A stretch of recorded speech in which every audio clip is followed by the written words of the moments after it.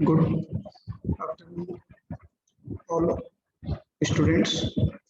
जैसा कि आपको पता है कि हमारा चैप्टर चल रहा था सोसाइटियल इम्पैक्ट, उसमें हम ई वेस्ट मैनेजमेंट के बारे में पढ़ रहे थे।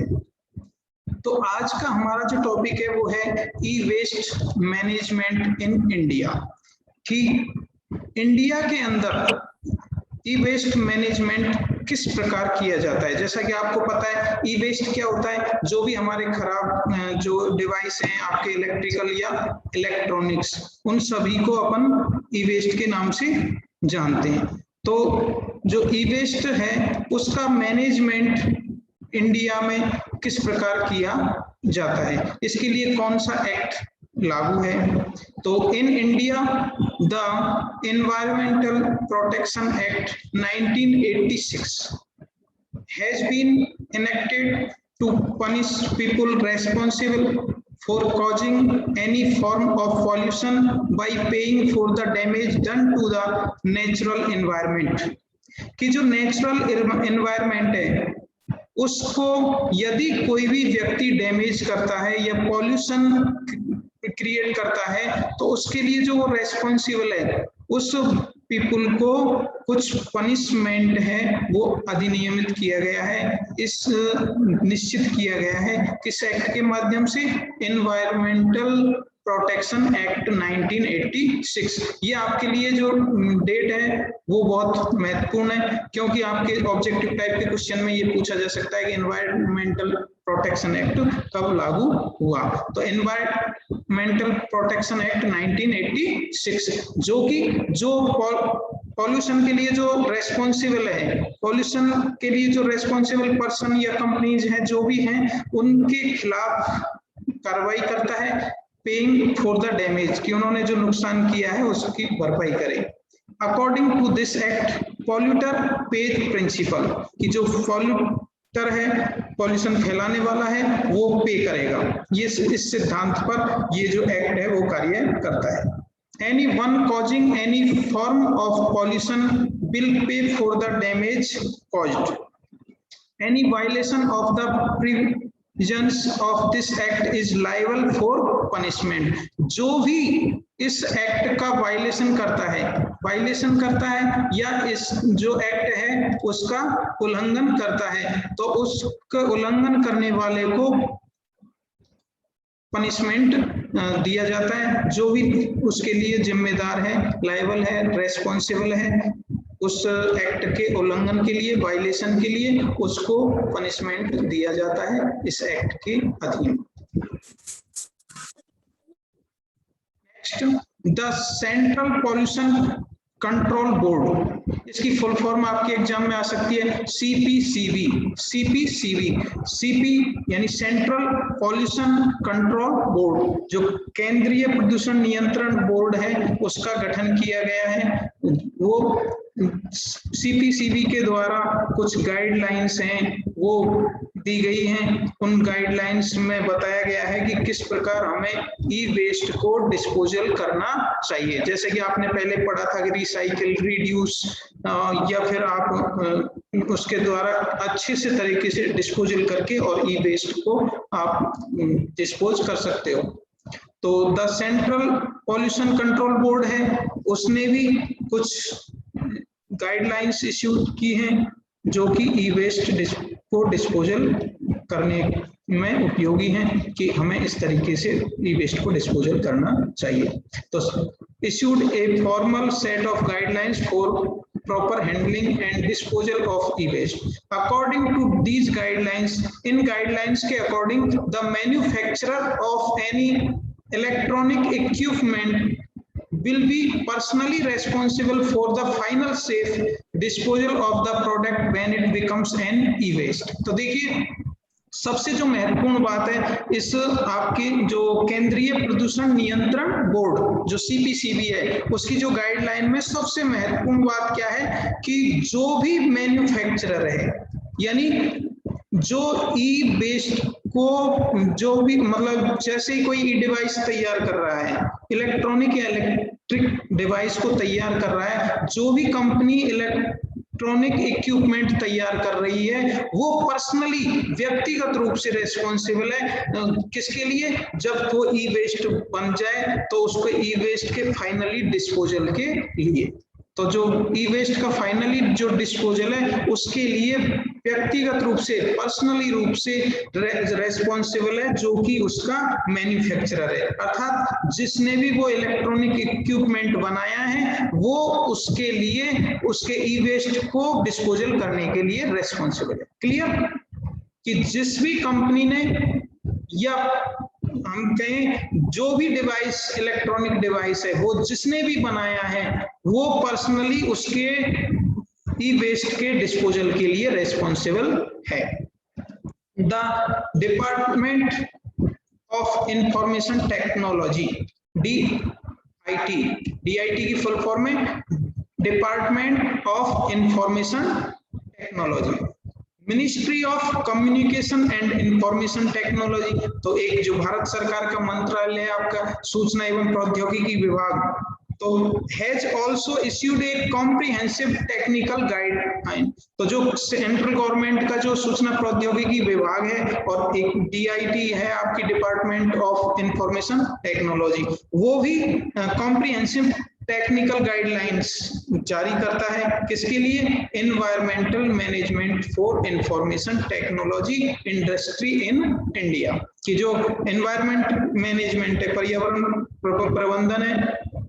इंफॉर्मेशन टेक्नोलॉजी का और इंडस्ट्री उद्योग इन इंडिया, इसके लिए कुछ गाइडलाइंस है वो उन्होंने जारी की है। The industries have to follow these guidelines for recycling and reuse of e waste. तो जो भारत सरकार का सूचना प्रौद्योगिकी मंत्रालय उसकी जो गाइडलाइन है उनको सभी उद्योगों को, फैक्ट्रीज, इंडस्ट्रीज सभी को उसको फॉलो करना पड़ता है जो कि ई वेस्ट के संबंध में रिसाइकलिंग और रीड्यूस जो रीयूज उसका दोबारा उपयोग किस प्रकार किया जाए, पुनर्चक्रण के द्वारा रीयूज कैसे किया जाए, इसके बारे में उन गाइडलाइन को फॉलो करती है। In order to make the consumers aware of the recycling of e waste, और इसके संदर्भ में आपके जो कंज्यूमर्स रहते हैं उनको भी अवेयर किया जाता है कि रिसाइकलिंग ई वेस्ट कि आप इन किस तरीके से ई वेस्ट को रिसाइकलिंग करने में अपना योगदान दे सकते हैं। Prominent smartphone and computer manufacturing companies have started various recycling program. जो बहुत सारी प्रोमिनेंटेड स्मार्टफोन यानी प्रमुख कंपनियां हैं, मेन जो स्मार्टफोन या कंप्यूटर की जो मेन कंपनियां, बड़ी कंपनियां हैं, तो वो तो स्टार्टेड वेरियस रिसाइकलिंग प्रोग्राम, उन कंपनियों ने अपने जो रिसाइकलिंग प्रोग्राम है ई वेस्ट को रिसाइकिल करने का जो प्रोग्राम है वो स्टार्ट कर दिया है। अर्थात अधिकतर स्मार्टफोन और जो कंप्यूटर को निर्माण करने वाली मैन्युफैक्चर जो कंपनियां हैं उन्होंने अपने रिसाइकलिंग प्रोग्राम स्टार्ट कर दिए हैं और वो जो ई वेस्ट है उसका प्रॉपर डिस्पोजल कर रही है। तो ई वेस्ट मैनेजमेंट इंडिया में किस प्रकार हो रहा है, इसके लिए सबसे पहले हम ध्यान रखेंगे कि एक तो एनवायरमेंटल प्रोटेक्शन एक्ट 1986 लागू है, उसके तहत यदि कोई भी पॉल्यूशन फैलाता है तो उसको उसके जो पनिशमेंट है वो भुगतना पड़ता है, उसके लिए जिम्मेदार है। सेकंड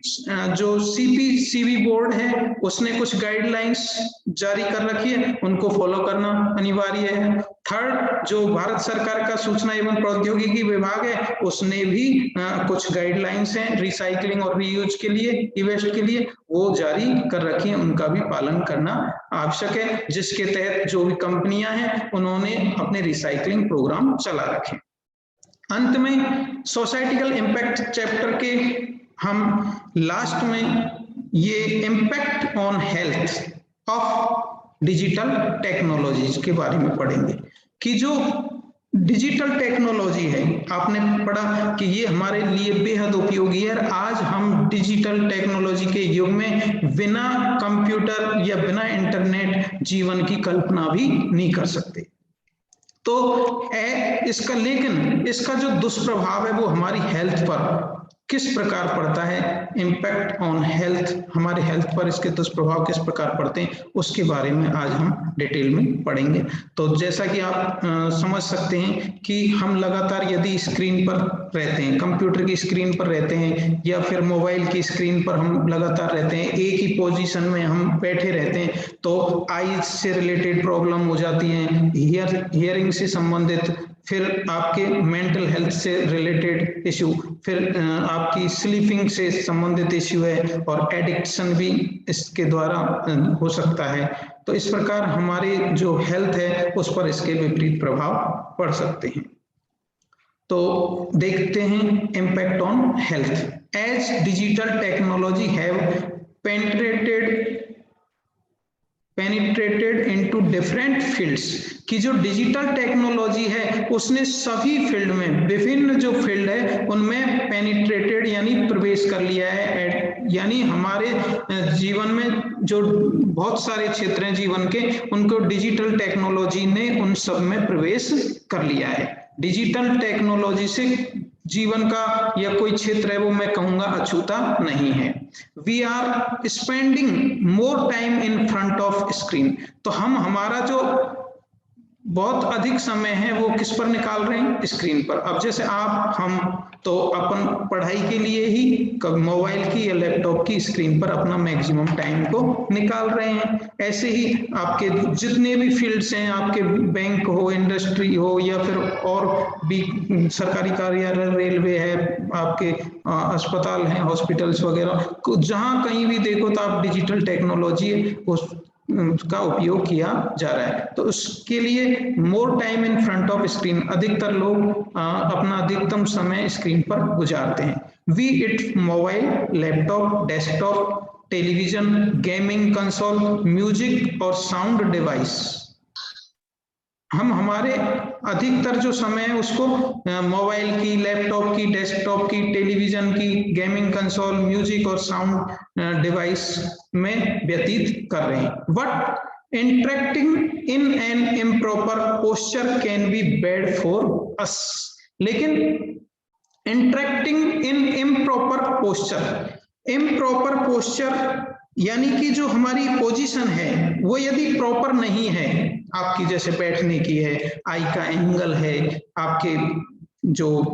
बैठने का जो टेबल फर्नीचर है वो यदि प्रॉपर नहीं है, आपके इम्प्रॉपर पोस्चर यानी इम्प्रॉपर पोजीशन में यदि आप इंटरेक्ट कर रहे हो, बैठे हुए हो, can be bad for us, तो ये हमारे लिए बहुत बुरा है। Both physically and mentally, physically रूप से भी और मेंटली रूप से भी। फिजिकली रूप से हमें कभी कलाई से संबंधित दिक्कत आ जाएंगी, या उंगलियों से संबंधित दिक्कत आ जाएगी, या फिर हमारी नेक से संबंधित है, और आपके मेंटली यानी कि आप एडिक्शन के भी शिकार हो सकते हो, आप थकान अनुभव करोगे और फिर नींद नहीं आएगी, sleeping issues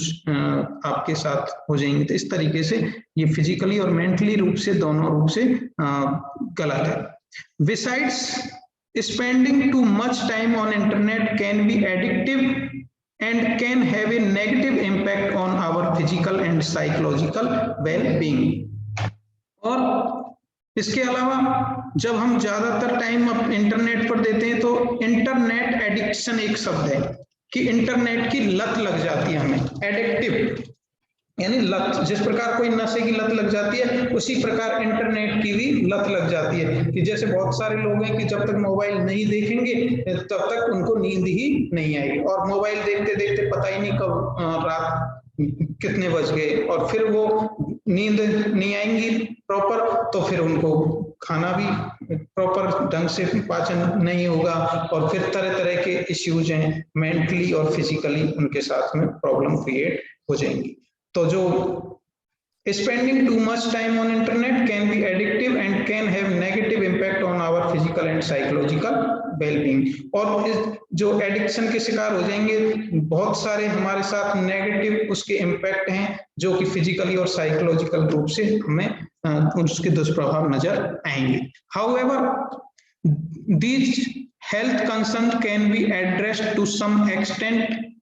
by taking care of the way we position such devices and the way we position our posture। हालांकि ये जो आपके हेल्थ कंसर्न है, हेल्थ से संबंधित चिंताएं कि हम फिजिकली या साइकोलॉजिकल रूप से या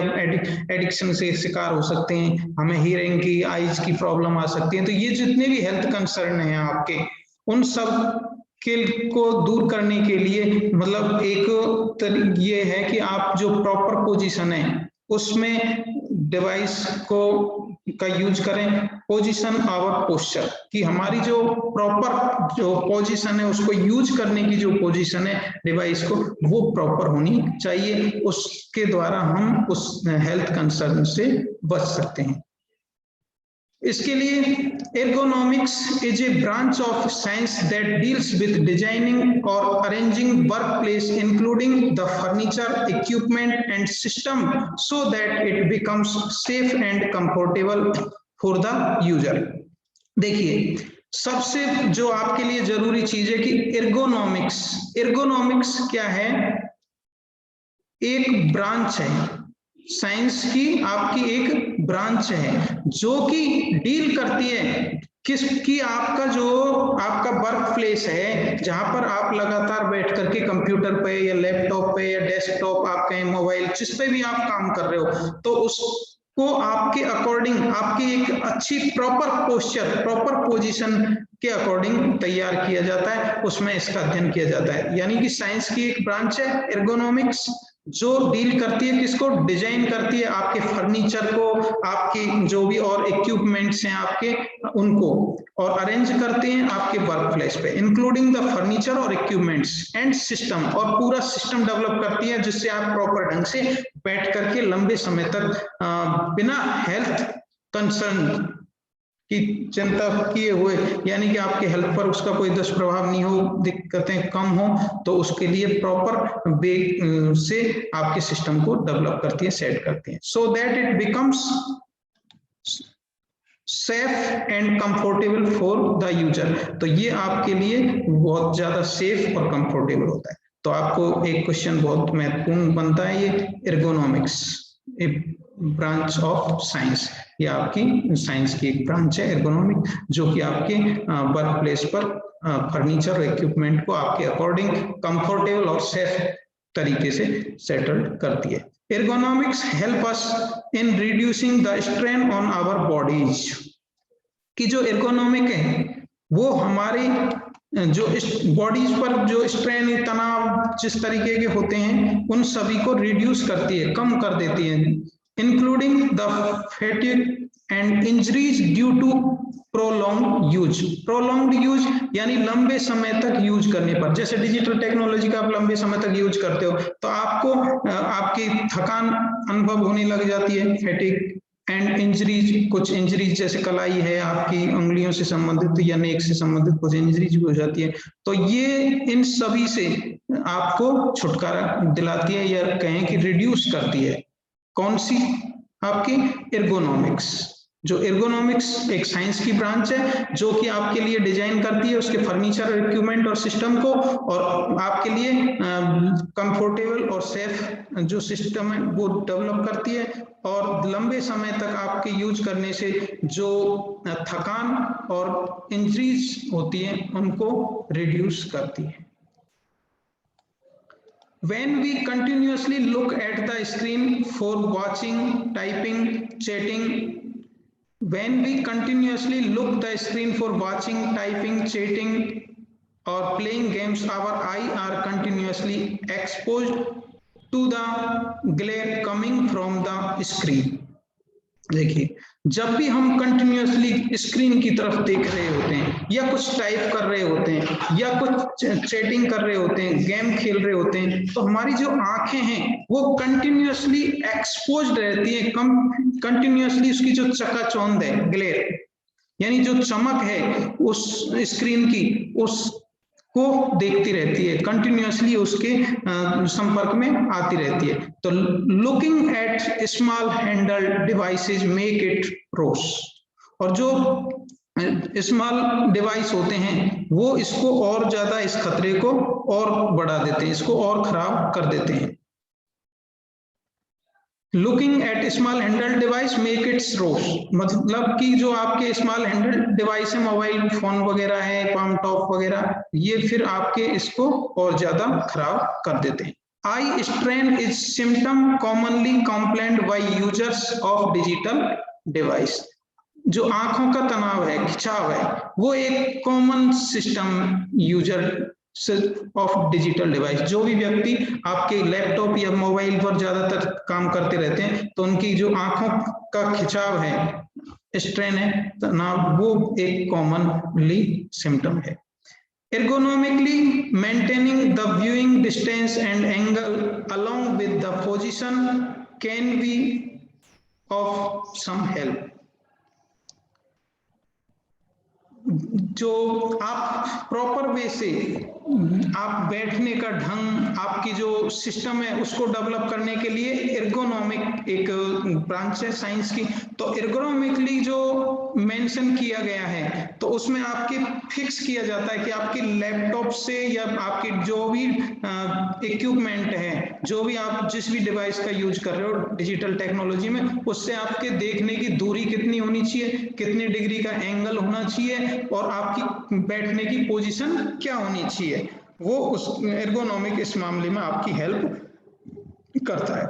figure 6.5 shows the posture to be mentioned in order to avoid fatigue caused due to prolonged use of computer system and other digital device। आप लंबे समय तक जब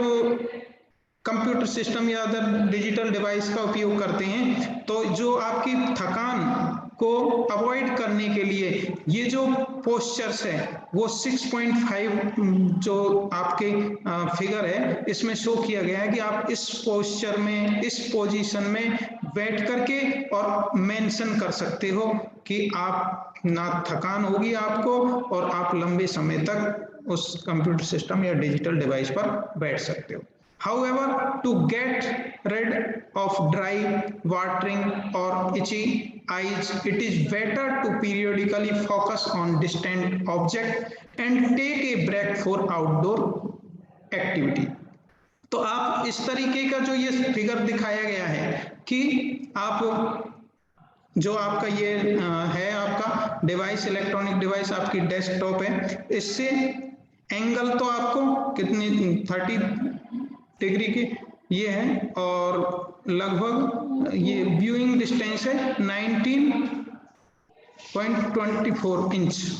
इसके लगभग आप इसको दूरी डिस्टेंस बना के रख सकते हैं, और एक आपको सीधे 90 डिग्री के एंगल में ही बैठना होता है। Lumbar support for lower back, और 90 डिग्री के एंगल में आपको रिस्ट स्ट्रेट रखनी है,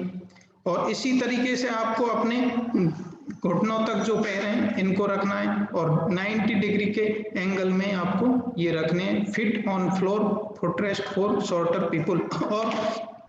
इसकी जो हाइट है, जो आप चेयर जिसका यूज कर रहे हो, उसकी हाइट को आपको ऐसी होनी चाहिए जिसको आप एडजस्ट कर सकते हैं, एडजस्टेबल सीट हाइट, क्योंकि यदि कोई छोटा व्यक्ति है या कम उम्र का है, या फिर आप कहें कि जिसकी हाइट कम है, तो उसको थोड़ा सा कंफर्टेबल रहेगा कि वो अपने अनुसार सीट को एडजस्ट कर ले, या फिर जो ज्यादा लंबा है तो उसको वो नीचे कर ले। इस तरीके से आपको चेयर है वो एडजस्टेबल होनी चाहिए। इस पोजीशन में बैठ करके आप और उन खतरों को, हेल्थ कंसर्न को कम कर सकते हैं। और जैसे कि आप ड्रेड ऑफ ड्राई, जिस आंखों का सूखापन है, वाटरिंग में पानी आना है, खुजली है, आंखों में खुजली, इससे बचने के लिए आप periodically focus on distance object, कि आप जैसे बहुत लंबे समय तक बैठे हुए, तो आप कुछ समय के लिए बीच में इधर उधर थोड़ा सा देख लें, थोड़ा सा अपना जो फोकस है वो जो डिजिटली जो आप इक्विपमेंट लेके बैठे हो उससे थोड़ा सा ध्यान हटा लें। And take a break for outdoor activities, और कुछ समय के लिए आप ब्रेक लेकर के और आउटडोर एक्टिविटीज में पार्टिसिपेट करें। बैड पोस्चर, बैक एक्स, नेक, बैक एक यानी जो आपका बैक पेन होता है, वो जो बुरी पोजीशन है, बैड पोस्चर यानी कि आपके बैठने का जो गलत तरीका है, वो क्या करेगा आपको, आपके बैक पेन है, नेक पेन है, शोल्डर पेन है, कंधों में दर्द है, can be prevented by arranging to work space as recommended by ergonomic। और इन सबसे बचने के लिए आपको जो वर्क स्पेस को आपके को अरेंजमेंट करता है कौन, एर्गोनॉमिक्स। तो आप एर्गोनॉमिक्स जो साइंस की ब्रांच है उसका सहारा लेकर के अपने लिए इन सारे खतरों से बचने के लिए एक वर्क स्पेस को अरेंज कर सकते हैं। Over use of keyboard, be it physical keyboard और touch screen based virtual keyboard, जैसे कि आपके जो कीबोर्ड होते हैं जैसे फिजिकल कीबोर्ड हो या फिर टच स्क्रीन जो देखने वाले कीबोर्ड हो, नॉट अलाइंड एर्गोनॉमिकली, यदि ये आपके एर्गोनॉमिक्स साइंस की जो ब्रांच है उसके अकॉर्डिंग प्रिपेयर नहीं किए गए, can give rise to a painful condition of wrist and fingers. तो ये जो कीबोर्ड हैं आपके क्या करेंगे, आपकी जो कलाई है और अंगुली है उनके लिए पेनफुल कंडीशन है वो क्रिएट कर देंगे, and may require medical help in the long run. और लंबे समय तक आप इस पर यदि इस तरीके से काम करेंगे तो आपको मेडिकल हेल्प की जरूरत पड़ने लग जाएगी। तो stress, physical fatigue and anxiety are the other related impact the body may face if one spend too much time using digital devices। और यदि आप बहुत अधिक लंबे समय तक डिजिटल डिवाइसेस का उपयोग करोगे तो फिर आपको स्ट्रेस, तनाव और फिजिकल फैटिग यानी कि आपको फिजिकल थकान है, ऑब्जाइटी यानी कि मोटापा है, ये इम्पैक्ट भी आपको फेस करने पड़ेंगे। तो इसलिए बेहतर है कि आप ज्यादा समय डिजिटल टेक्नोलॉजी पर नहीं दें, और यदि आवश्यक है जैसे कि पढ़ाई के लिए या फिर और अपने जॉब से रिलेटेड वर्क के लिए, तो उसके लिए एर्गोनॉमिक्स तरीके से जो अरेंज वर्क प्लेस है वो अरेंज किया हुआ है उसका ही आप उपयोग करें, और इस प्रकार आप हेल्थ कंसर्न से बच सकते हैं। और जो आपके आईज या फिर आपके हियरिंग, मेंटल हेल्थ इश्यू या स्लीपिंग इश्यू, उन सभी से आप छुटकारा पा सकते हैं। और बिना किसी तरीके और आप जो अरेंजिंग का और तरीका अपनाए बिना आप सिर्फ जो आपकी ये है एर्गोनॉमिक्स साइंस है इसके अकॉर्डिंग ही आप अपना वर्क प्लेस को अरेंज करें। Okay, thanks. आज के लिए इतना ही, और ये चैप्टर हमारा इसी वीडियो के साथ कंप्लीट। Okay, thanks.